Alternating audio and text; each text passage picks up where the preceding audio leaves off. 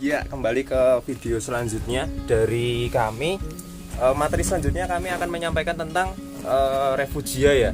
Jadi tadi kan untuk pembukaan sudah ada kami sebut-sebut refugia. Nah, refugia itu apa sih?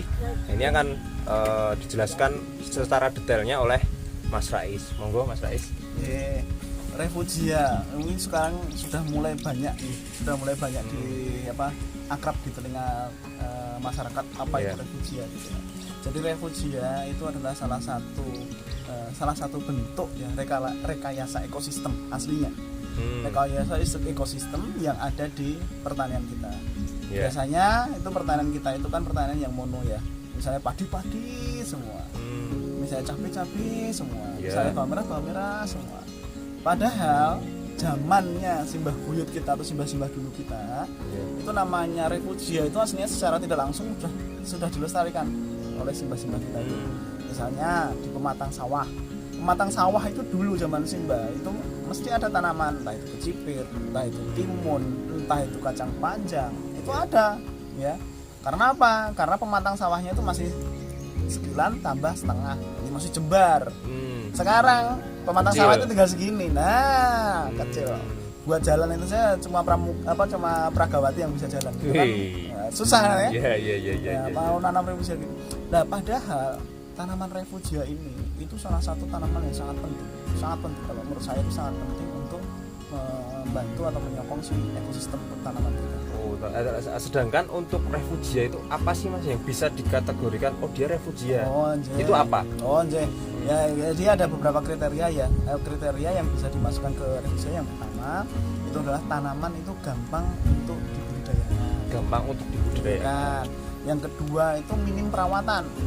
Ya, jadi paribasan itu ceblok tinggal pencing urip gitu. Nah, itu minim perawatan. Yang ketiga itu adalah mengeluarkan atau mempunyai bunga yang itu nanti menyiapkan, yang pertama bisa menyiapkan nektar, yang kedua dari bau itu bisa sebagai replen atau penolak atau antraktan sebagai penarik. Jadi fungsi-fungsinya beda. Penarik dan penolak. Jadi ada beberapa tanaman itu yang fungsi ganda ya. Misalnya di tanaman kenikir itu setelah kita pelajari ya, kalau kita tanam di tanaman cabai misalnya ya, tanam di pinggirnya itu rapat itu, lalat buah itu nggak mau mendekat karena bunganya itu gitu. Terus kemudian tapi dia menjebak, jadi menarik si trip itu yang menyebabkan ini keriting. Menariknya maksudnya menarik ke tanaman. Jadi bunga kenikir. Bunga kenikir itu kan nanti mengeluarkan warna kuning ya. Kuning. Itu nanti bunga itu menarik si trip. Jadi tripnya itu tertarik ke bunga itu. Dia nggak akan masuk ke tanaman kita. Cuma dari baunya dia mengusir si lalat buah. Jadi fungsinya ganda. Sebagai repellents, pengusir, sama antraktan, penarik untuk trip, repellents atau pengusir untuk si lalat buah. Berarti kalau misalnya kenikir tadi si trip pindah ke kenikir berarti hanya mengalihkan gitu atau gimana? Iya, jadi kita mengalihkan. Jadi gini, kalau kita misalnya ya ibu-ibu PKK itu nanam di perumahan atau di rumah itu dengan polybag tanaman cabai misalnya, itu tetap aja terkena trip, keriting, ya toh, bisa terkena bula juga, gitu kan? Masih terkena lalat buah juga. Padahal jauh dari persawahan, gitu. Karena apa? Karena si serangga itu mampu membaui si tanaman inangnya itu sangat sensitif dari angin, gitu, dari bau dari anginnya. Nah, salah satu bordernya, salah satu untuk membatasinya supaya dia tidak membaui atau tersamarkan baunya tanaman yang kita budidayakan, yaitu dalam rangka misalnya cabai ya, itu adalah salah satunya adalah penanaman refugia itu. Nah, syaratnya ditanamnya itu minimal 20 hari sebelum tanaman budidaya kita tanam. Jadi waktu olah lahan itu kita sebenarnya nanam refugia.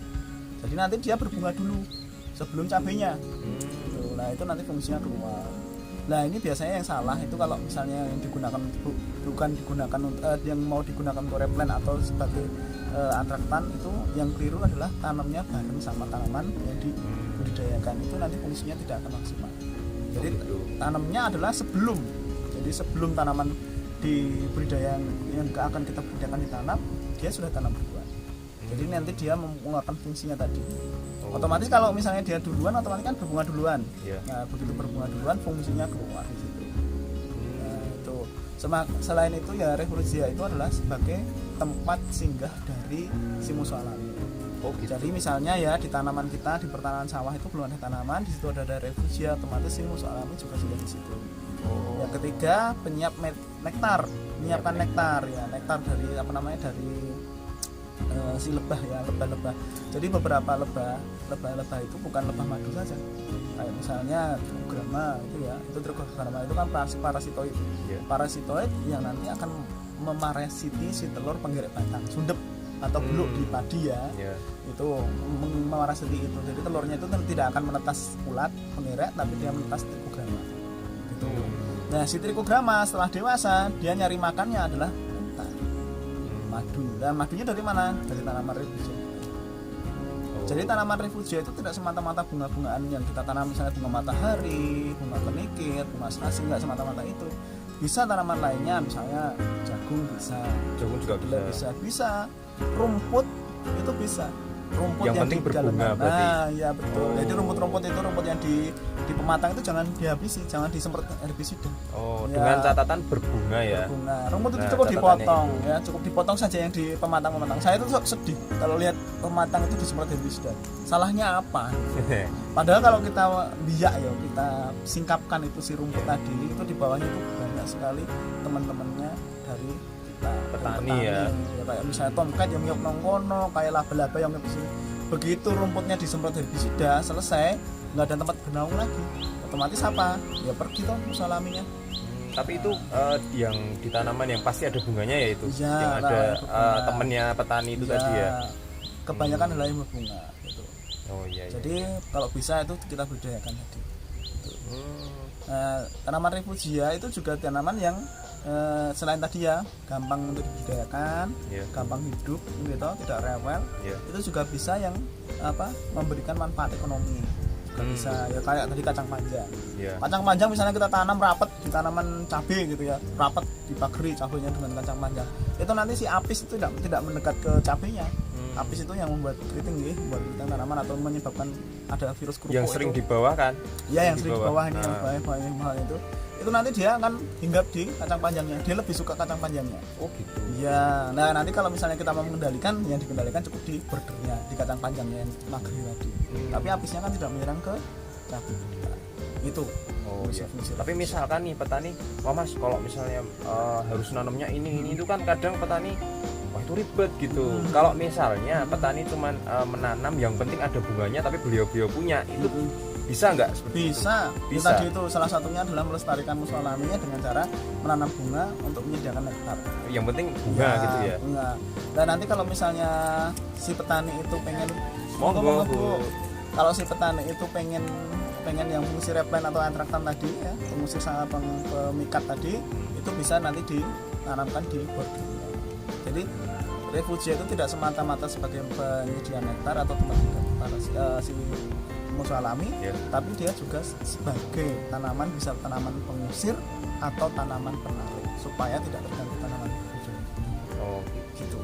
Ya, jadi mungkin itu ya penjelasannya. Jadi mungkin nanti kalau untuk sedulur-sedulur tani yang mau mencoba mempraktekkan menggunakan refugia, yang penting tadi mudah dibudidayakan, perawatan minim ya. Dan yang terpenting tadi kalau bisa itu mengeluarkan bunga atau bau yang berfungsi sebagai repellens, penolak atau antraktan atau penarik.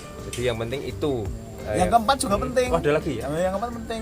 Nek bisa kan memberikan efek ekonomi juga. Contohnya tadi kacang panjang. Iya. Cuman kalau misalnya sedulur-sedulur tani kok nggak punya kacang panjang, punyanya kebetulan bunga matahari atau nggak masalah ya. Nggak masalah. Jadi yang penting itu salah satu upaya untuk yang jelas membawa itu ya. Memanipulasi ekosistem tadi supaya jenake apa ya, membuat jenak si musuh alami. Yang penting memberi rumah mungkin gitu ya istilahnya rumah. Untuk memanggil, kemudian juga nanti bisa memanggil hamanya ke situ juga.